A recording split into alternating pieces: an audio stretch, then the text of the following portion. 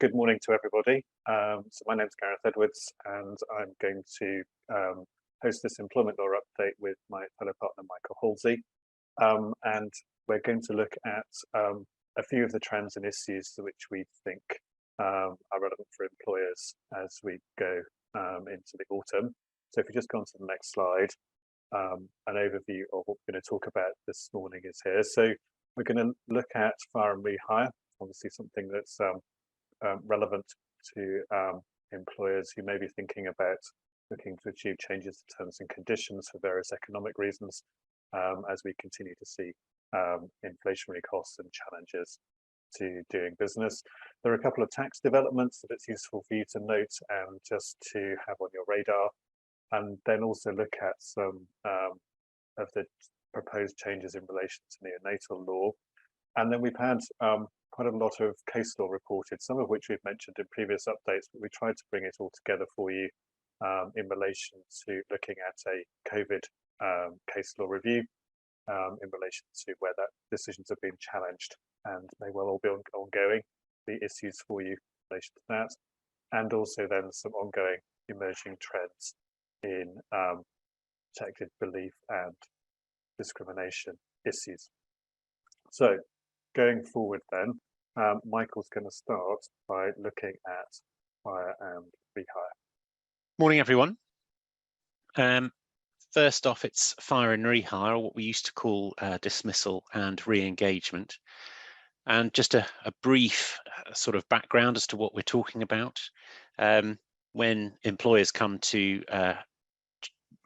change terms and conditions of employment, obviously the best way to go about things is to reach agreement with the workforce, and most of the time it happens that way.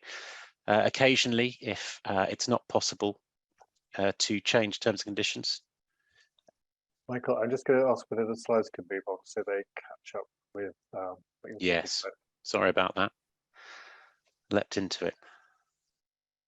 There we are. Hopefully everyone can see that. So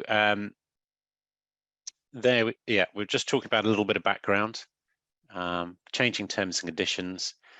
If the agreement can't be reached around that, which is the most desirable way forward, then the employer can be faced with a decision about how to implement the changes which it desires. Traditionally, there have been two ways of going about that. The first one would be imposing the change, potentially in breach of contract, and the second would be dismissing the affected employees on notice, and then offering to re-engage them on the amended terms and conditions. And traditionally, that second way has been seen as the safer approach rather than imposing in breach, although it needs to be looked at on a case-by-case basis. But during the pandemic, it became to the forefront of a lot of people's minds, and was reported as a fire and rehire as a technique in the press. And the unions in particular were pointing out that during the pandemic, they felt that it was being used as a tactic by employers rather unfairly, threatening to dismiss too early in any consultation process. That led to some fairly high profile cases, and I'll just do a footnote about the Tesco case at the end. And in 2021, ACAS issued some more guidance to employers who were seeking to change terms and conditions of employment. That guidance is actually really useful. It covers the whole process from original consultation through to what happens if agreement can't be reached. And the part of the guidance which talks about dismissal and re-engagement really stresses that that tactic should be used as a last resort. And I'll read a couple of sentences from the guidance just to give you a flavour. It says, you should only consider dismissing and offering to rehire someone on new terms as a last resort. Before dismissing, you must have made all reasonable attempts to reach agreement through a full and thorough consultation. Proposing to dismiss and rehire an employee or worker is an extreme step that has significant risks. Obviously, that's the mood music from ACAS. Now the government has announced that it will be introducing a statutory code of practice. the tribunals, when that code of practice is issued, will have to take that into account when considering the fairness of an employer's actions. And if an employer has failed to comply with the code, there will be an ability to uplift any compensation awarded by up to 25%. The draft code itself will be issued when parliamentary time allows. And obviously that is a difficult thing to measure at the current time with so much else going on.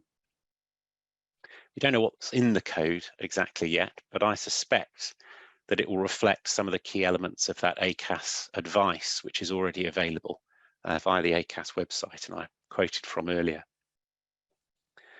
So I think the key takeaways for you at the moment is, at the moment, there's been no fundamental change in the law around dismissal and re-engagement, although obviously it is now more high profile and perhaps carries more reputational risk than it used to.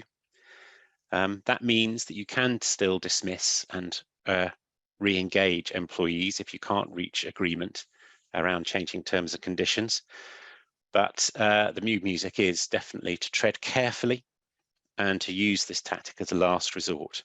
And of course, when the code is published, it'll be vital to follow that code as well. I said I'd just mention a footnote about the Tesco case because we've talked about it in one of these sessions before and reported it on our weekly e-zine. Tesco case, the High Court issued an injunction preventing Tesco from implementing a dismissal and re-engagement programme on the basis that the High Court felt that Tesco's had introduced certain benefits in the past with the reassurance that those benefits would be permanent. And so the court intervened and prevented Tesco from dismissing and offering re-engagement and removing those benefits. The Court of Appeal has now overturned that decision and said that it felt it was inappropriate to issue an injunction in those circumstances, and also that there was nothing, in its view, in Tesco's implementation of the benefit, which meant that that benefit would be permanent. So essentially, the court has pulled back from quite an interventionist judgment and now said that certainly in the private sector, such as Tesco, they're not going to intervene in the sort of basic contractual freedoms between the parties. Okay, now, so moving on to the next slide, which Gareth is going to take you through. So thanks, Michael. We just wanted to highlight if you interact with umbrella companies as part of having temporary workers provided with you or agency workers, that they're under the spotlight again. The revenue doesn't really like umbrella companies because they are worried that by putting an intermediary between the employer and a contractor or an agency worker, there may be opportunities to not fully account for, essentially for tax and national insurance. And so they've issued a spotlight in relation to umbrella companies, highlighting some of the risks and the fact that those who are temporary workers and providing their services through an umbrella company may well be participating in disguised remuneration schemes, which the revenue would seek to challenge, or otherwise would say it was unlawful. They give examples such as arguments that an employee has received a loan and they are then repaying the loan, or made a loan to the company, then having that repaid by way of regular payments, which otherwise would be described as income because they're repaying a loan, are seen as outside of the tax regime. So really just a mention for Spotlight and umbrella companies that may well be that if those providing services as contractors or agency workers are unhappy with their arrangements, you may find that there's sort of changes in staff and personnel in terms of the umbrella companies that you're dealing with, or some additional scrutiny of your dealings with them. So it's worth just being aware of the Spotlight 60, as it's called, the latest Spotlight issued by HMRC, highlighting the issues and the things to look at and to seek to manage when you're dealing with umbrella companies. I just wanted to mention that there's probably a little bit more detail in the next one. So on the next slide, the other tax development is to the call for evidence, where the revenue are seeking just to review our tax regime in relation to how we've all started to or continue to work remotely or differently and have hybrid working, which has been very much a legacy of the pandemic. and those times when we weren't allowed to work in our normal workplaces. So the revenue is looking at the way in which we work now and whether our tax regime properly reflects that. So it wants to look at a number of emerging trends around hybrid working, remote working, and it wants to look at those in relation to practices in the UK and also practices abroad. You might recall that a number of people during the pandemic who were either already abroad when borders were closed or chose to be with family or in homes outside of the UK during part of the pandemic, and the rules were relaxed that allowed them to do that, both in terms of worker status, but also in relation to the tax regimes that may otherwise have applied. There's a substantial risk that if you're engaging people who are residents abroad, but they're working on your behalf and they're creating revenue or income for you abroad, that they may well be creating some form of corporate residence or establishment in that country, which leads to a tax liability for you as the employer. And again, obviously some of those things and rules make it quite restrictive as to flexibility of workforce. We know there's a real war for talent and attracting people to work in the UK. So it'd be interesting to see how the revenue looks to approach some of these issues and give some clarity both to existing rules, but also whether they're going to propose changes. So it's something to watch over the autumn, as there is currently a call for evidence, and you can participate on that by going to the HMRC website and looking to make a submission if you've got particular issues in your sector or industry that you'd wish to highlight. There's also from the Office of Tax Simplification a survey on hybrid working and wanting to understand better working practices as they have developed and as employers are now engaging with hybrid working. So again, you may want to look at the survey, which is online and is available to complete until November. And then I imagine let's watch this space as we go into early next year as to some views as to whether tax treatments of how people work at home and maybe some of the expenses they can recover and how they're taxed, and how people look at where their principal place of work is are reviewed, and maybe some of the additional guidance or in time some additional regulations may well be put in place. So it's something to participate in now and help shape the rules going forward, and then look out for the way in which we will be asked to think about those issues going forward. So there's just a couple of tax developments. The next slide then is Michael's going to talk to us about the potential legal developments with regard to neonatal care. Yes, so neonatal leave and pay bill, it's been promised for a long time. It was part of the government's original plan to be included in the employment bill, which has been delayed for a long period of time. There's quite a lot of cross-party consensus about the need for neonatal leave and pay. So it's been put forward as a private member's bill, and the government has now backed it. So it's going to come along in its own separate route to avoid it being stalled further in the much awaited employment bill. Not exactly clear when it's going to clear all the parliamentary hurdles, but it's certainly on the way. And there are some draft regulations which are have been published already. So looking at the detail, it's up to 12 weeks leave and statutory pay, and that's for parents of babies admitted into neonatal care up to 28 days after birth, or who stay in hospital for a period of at least 7 days. It's a day one right, as I mentioned there, but just to make that a little bit clearer, it's a day one right for the leave, up to 12 weeks leave. The pay element, there is some eligibility criteria. So that's, you need to be employed for 26 weeks and need to be earning above the lower earnings limit. The leave itself will be taken in blocks of 1 week, and there will be some notice provisions, but obviously in the circumstances, it's natural that those notice provisions are likely to be pretty informal. The leave needs to be taken in the first 68 weeks after the birth of the child, I'm not exactly clear as to the significance of 68 weeks, but that's what's in the regulations. And it's important to note that it's in addition to other forms of leave. So someone can take neonatal leave without it eating into, for example, maternity leave. And the key thing, obviously, for HR professionals is to ensure that policies are amended in time for implementation of this. This will be the statutory sort of fallback right. And of course, there's nothing preventing employers from providing more generous benefits or providing the benefits earlier if they want to. So moving on to the next slide, I'm going to talk a bit about COVID-related case law Gareth mentioned earlier.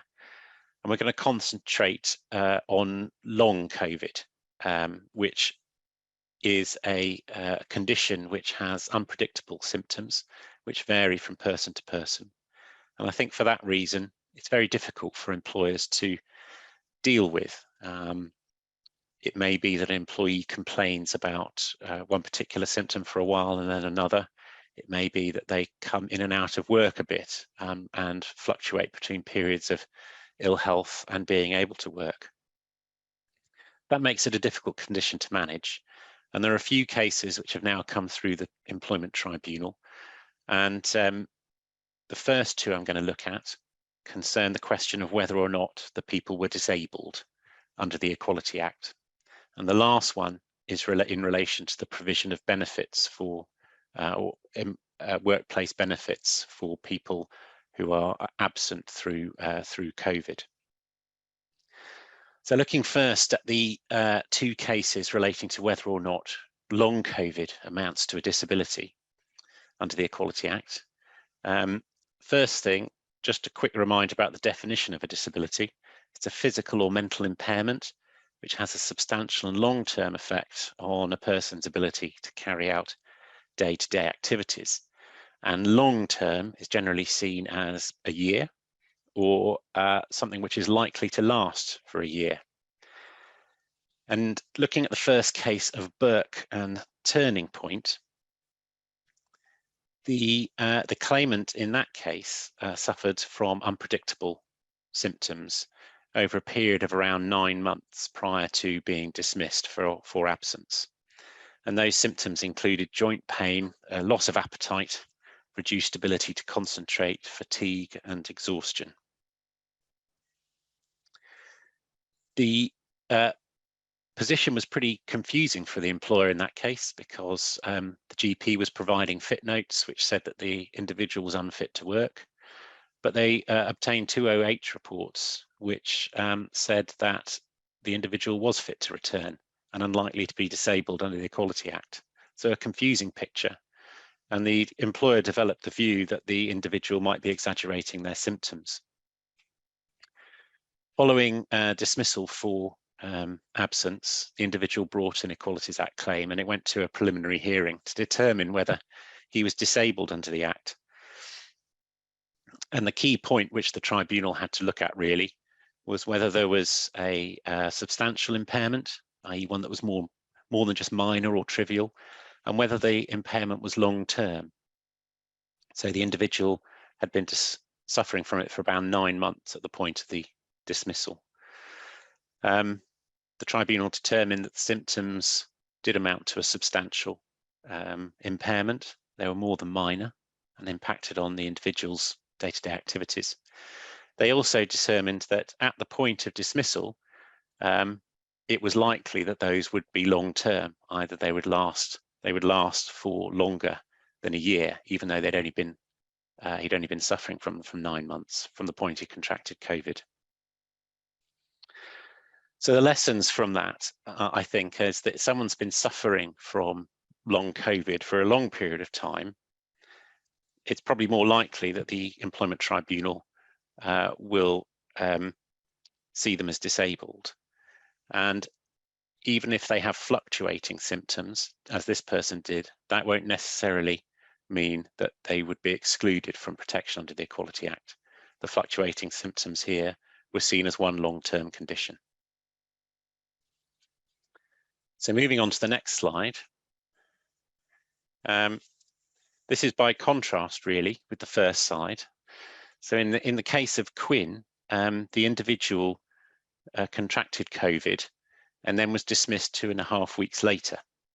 So she went on to contract long COVID or suffer from long COVID, and that was diagnosed several months after the dismissal.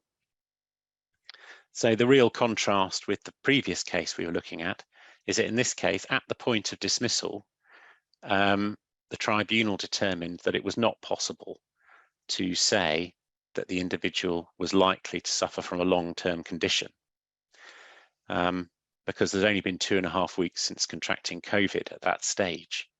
And the tribunal emphasised that the vast majority of people who get COVID do not go on to develop long COVID. So it's impossible to say that just through having COVID and potentially quite extreme symptoms of COVID in the short term, that doesn't mean that you're going to suffer from a disability, i.e. long COVID, in the longer term.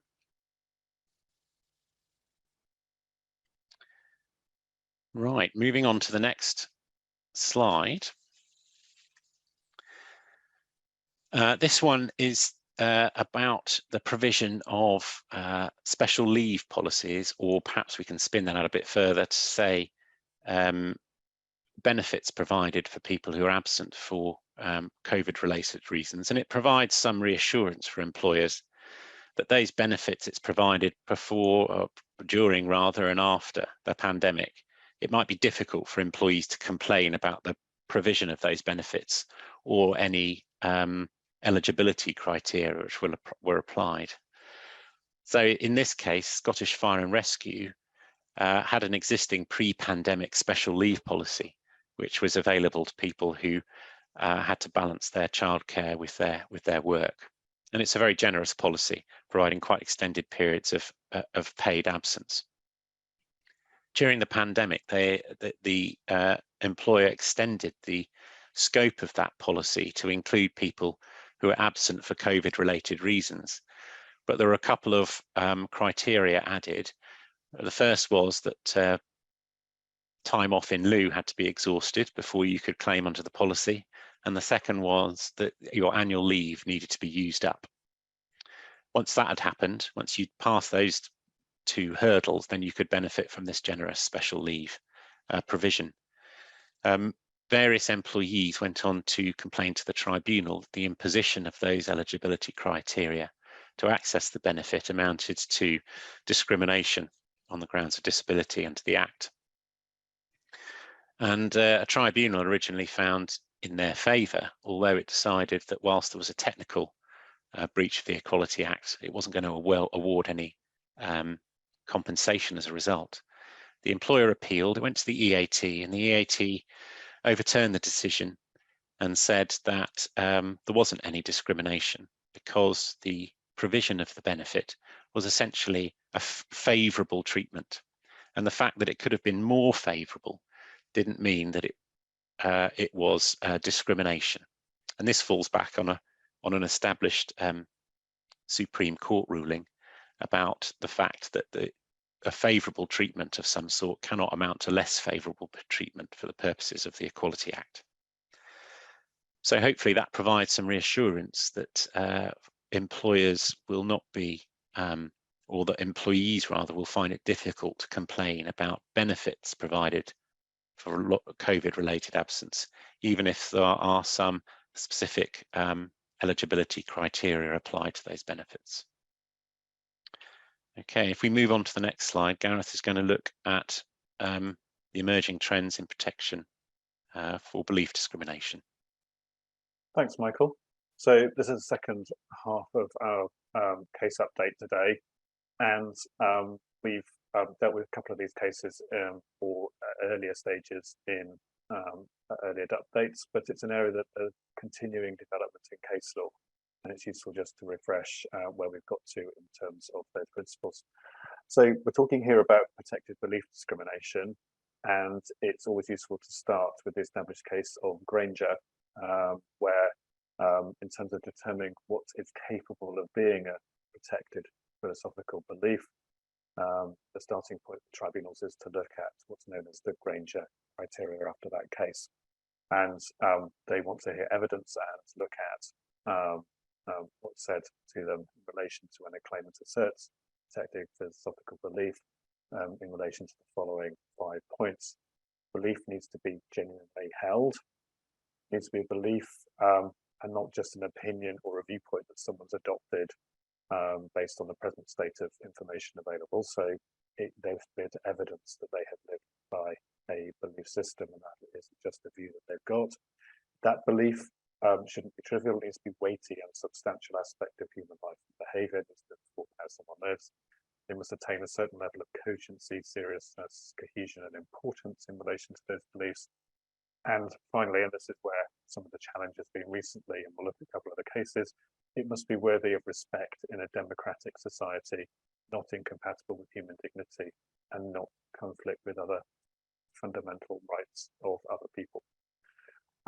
And if we just look at the next slide,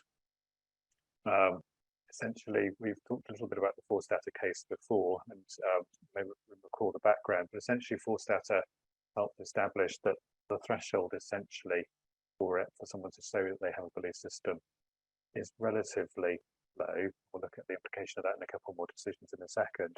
But for those, just to bring you up to date, Forstater was a case that related to a lady who was had particular gender critical beliefs and her belief that biological sex could not be changed. And she gave voice to those beliefs on Twitter and in other ways of communicating on social media and in her work as well. And as a result of that, she caused offence to a number of people who held differing views. It's probably important to note that the way in which she expressed her views, which became relevant in terms of the decision of the case, is that she added a disclaimer to her Twitter account. She also agreed when challenged to tweet less, and that she wouldn't initiate discussions on the topics around her own beliefs, but she still reserved the right to comment on them.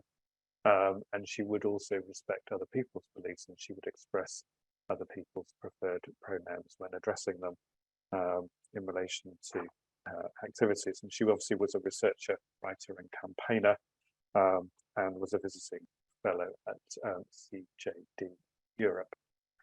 So because of the upset caused in relation to Mrs. Forstater giving voice to her views, ultimately her contract wasn't renewed, and she brought discrimination claims alleging that she had been discriminated against on the basis of her protected belief. So if we just go to the next slide, you'll see that CJD did not renew her contract, and Mrs. Forstater was told that her beliefs were contrary to their policy of recognising the rights to self-identify in respect of sex and gender, and they also removed her profile from their website, which obviously was damaging to Mrs. Forstater and her career.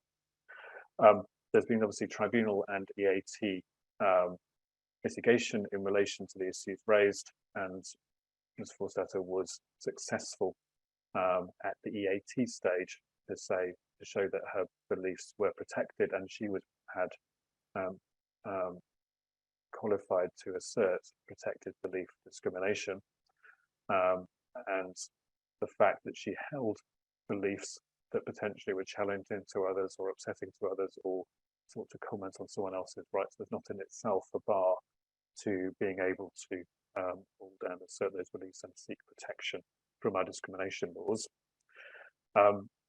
Following the EAT's decision that she was protected under our discrimination laws, the Employment Tribunal had to reconsider the case as they had dismissed it first time round and look at the actions taken. And they have concluded that Ms. Forstater was the subject of direct discrimination and also victimization. And the direct discrimination was in relation to the decision not to offer her an employment contract or to renew her visiting fellowship when it came to an end.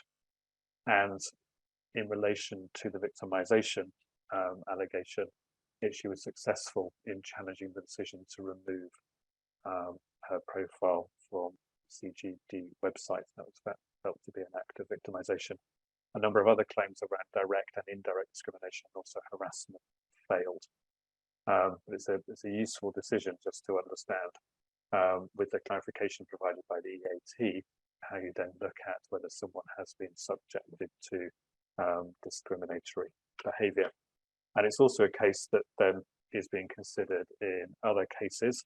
So if we just go on to the next slide, we can just briefly mention the case of Gareth and DWP. So Dr. Gareth worked with the Department for Work and Pensions as a health and disabilities assessor.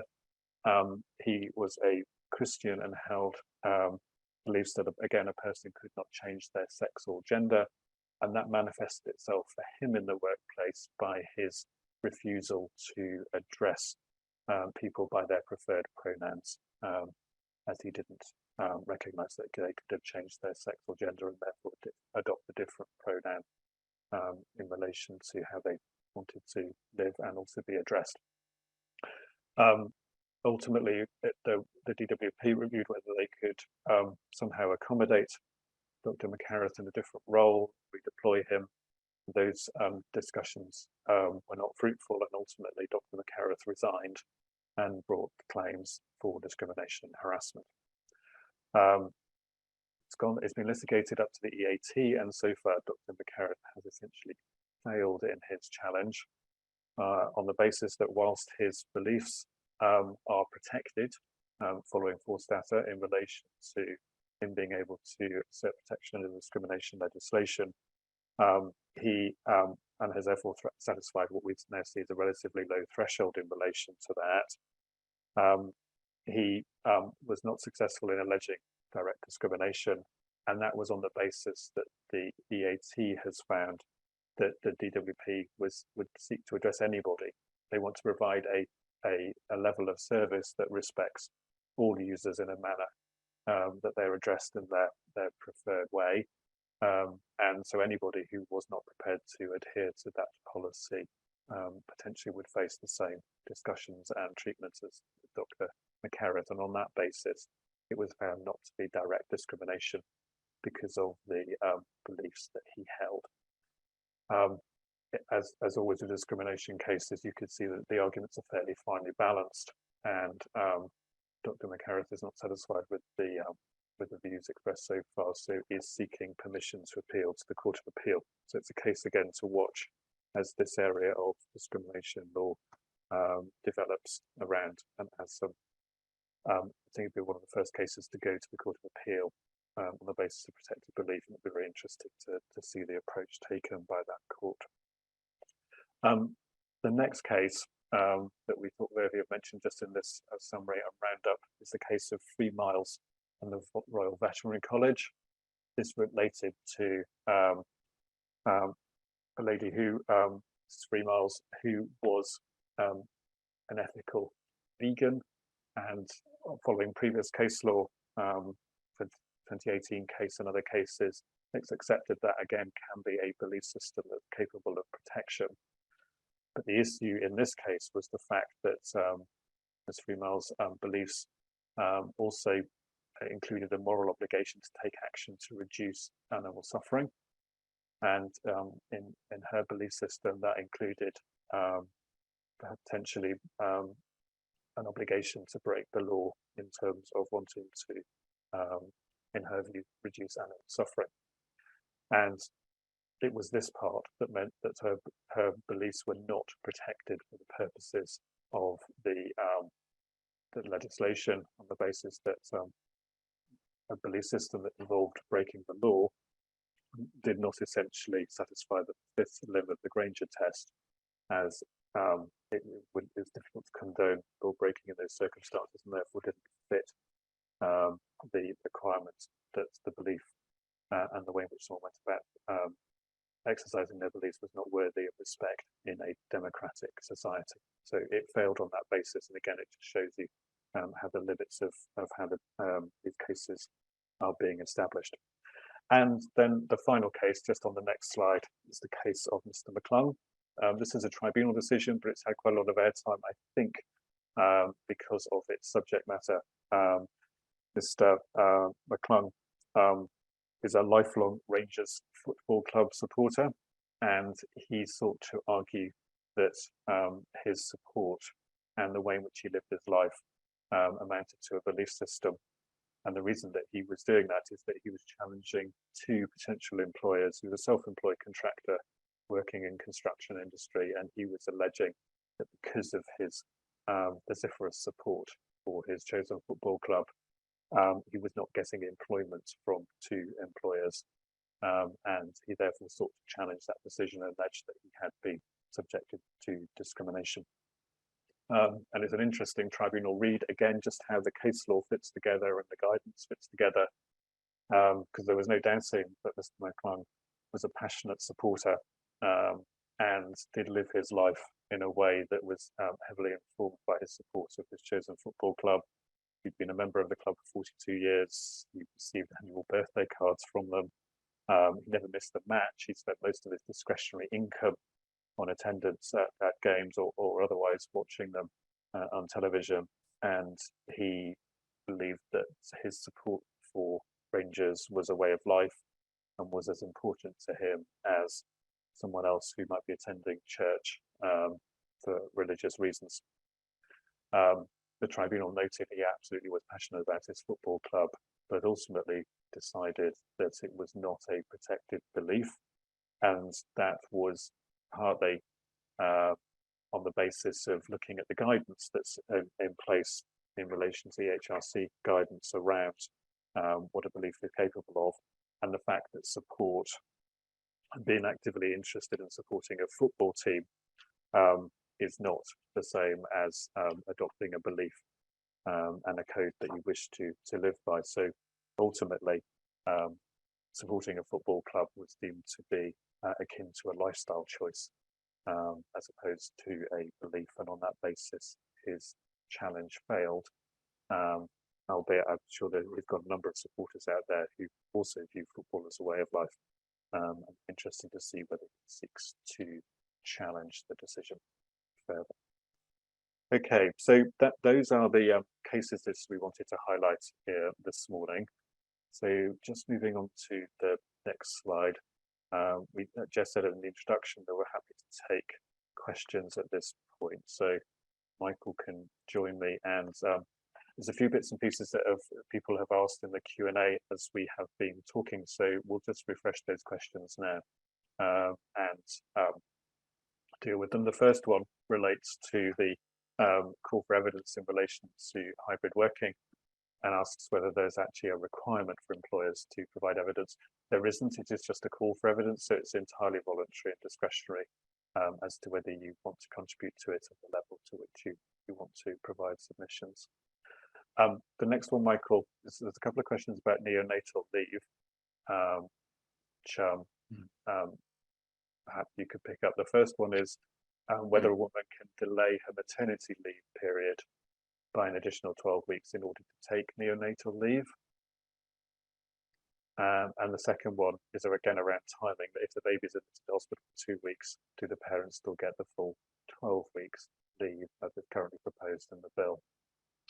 Yeah, I think the current proposals are that this will be in addition to other types of leave. So in theory, if the baby is in hospital with neonatal care for an extended period, then yes, maternity leave can be delayed by up to 12 weeks. It'll be, I guess, between the employer and the employee about whether that leave will be extended for any period after that, but the statutory minimum will be for a period of 12 weeks before another type of leave may have to be used. That might be maternity leave or some other form of absence leave. If the baby's admitted for 2 weeks, do the parents still get full 12 weeks? My initial view is that you would only have the period of leave for the period in which the baby is in neonatal care. And I think neonatal care at the moment is proposed to be hospital care, but I think there is also provision in the regulations for other types of care, but they're likely to be medicalised types of care or care within a hospital type environment. I'm not quite sure how that will pan out in the regulation, the detailed regulations when they come. Great, thanks, Michael. Thank you. The next question then is in relation to the COVID update you explained, and it's around the third case you mentioned, and whether you could explain what the COVID-related absence was in that case. So the third case was the case relating to Scottish Fire and Rescue, where there was a group of employees who brought the action in relation to disability discrimination, who, as far as I can see from the case reports, are joined together by the fact that they had COVID-related absence, and their complaint was that they needed to exhaust their time off in lieu and their annual leave before being able to access the special leave policy. So I don't think there's any detail particularly about the nature of their condition, each of them. The fact is that they were complaining about, well, all of them had absence, and they were complaining that that absence wasn't necessarily covered by the special leave policy because they had these obligations, these criteria to fulfill. Thanks, Michael. The long COVID, I'm going to take this slightly out of order in the way they appear on our screen, but the debate is some further debate on long COVID issues. So if we maybe just stay with the same theme. Yeah. More questions. So the next one is it? The question is it not possible to dismiss on ill health capability in any circumstances if long COVID is classed as a disability? So the two cases I talked about, both of those cases were preliminary hearings to determine whether someone was disabled under the Act. And in one case they were, in one case they were not. In the case where they were disabled, the tribunal process will then march on to hear evidence about whether or not they suffered discrimination as a result of that disability. So because someone is disabled under the Act doesn't mean that you can't dismiss on ill health grounds. You still can do that. You just need to make sure that you've considered all reasonable adjustments that may be possible to deal with, and you follow due process in relation to that. And the related follow-up question is, if a redeployment process that you've referred to looking at adjustments ends in dismissal after not finding a suitable alternative role, would this be acceptable if, again, an employer has suffered long COVID for over 2 years? So obviously each case is I have to look at rather on its specific facts, because these ones will all vary. But yes, if an employer has gone through all of its processes and it's not able to find a redeployment opportunity or to find any other reasonable adjustment which will allow the individual to come back to either their job or an alternative job, which the employee is willing to take, then dismissal will be an option, certainly. Thanks, Michael. In talking about the neonatal care bill, there's another question, but I think it's a question as to the reasons for this level of leave if someone is in neonatal care, because if someone is looking after children, would you not treat it as somehow sick leave? And I think the answer to that is that obviously there is a period of maternity leave, but it was felt that those who were spending their time in hospital looking after in neonatal care units were perhaps not getting the maternity leave benefits that were intended in terms of giving new parents time with children, and it's in those circumstances that they want to look at amplifying the law to allow someone to have the benefit of leave as well as having a separate period of time that they might spend with a child in hospital. Yeah, again, not all employers will provide paid sick leave, etc. So these are the statutory minimum requirements. A lot of employers will provide more generous benefits. Yeah, and obviously sick leave is about the person, whether they're capable to work. So it may well be that sick leave doesn't actually address the issue if it's a child who is sick. I think we've answered all of the questions other than just this one around ethical veganism. Oh, actually, there's another one just about the survey on working trends, and can we include the links and the updates? And certainly we can. So when we circulate this, we'll send you a link to the Office for Tax Simplification survey, so you have that. And then there's just a question on ethical veganism as to there's a case that's going through the tribunal system where someone challenged an employer's choice of pension scheme on the basis, again, of his ethical veganism principles. Again, I think it's common ground that ethical veganism potentially protected, but what's happened to his claim in terms of discrimination? I have to confess, I was trying to, as Michael was talking, do a quick search to see if I could find an update, and I couldn't immediately. So if I find one, I will drop the person asking the question line with where we think that case is, but I haven't seen it on any case tracker recently. But I'll have a look and see if I can find it. I think that means that we have now addressed everyone's questions. Oh, hang on.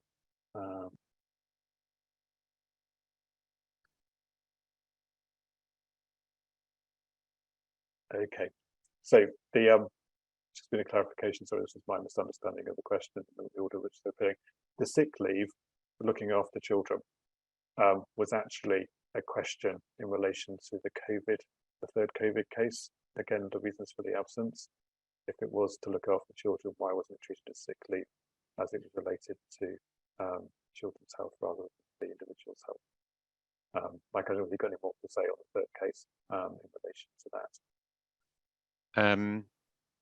In relation to the third case for COVID, slightly lost there on the question, but so the question was, yeah, well, I think when you were talking, it was to look after the leave. The absence was to look after children. So why wasn't it treated as sick leave? Yeah, well, I guess we've covered that as best we can at the moment in terms of sick leave being personal to perhaps to the parent and not leave for the child relating to the sickness of the child.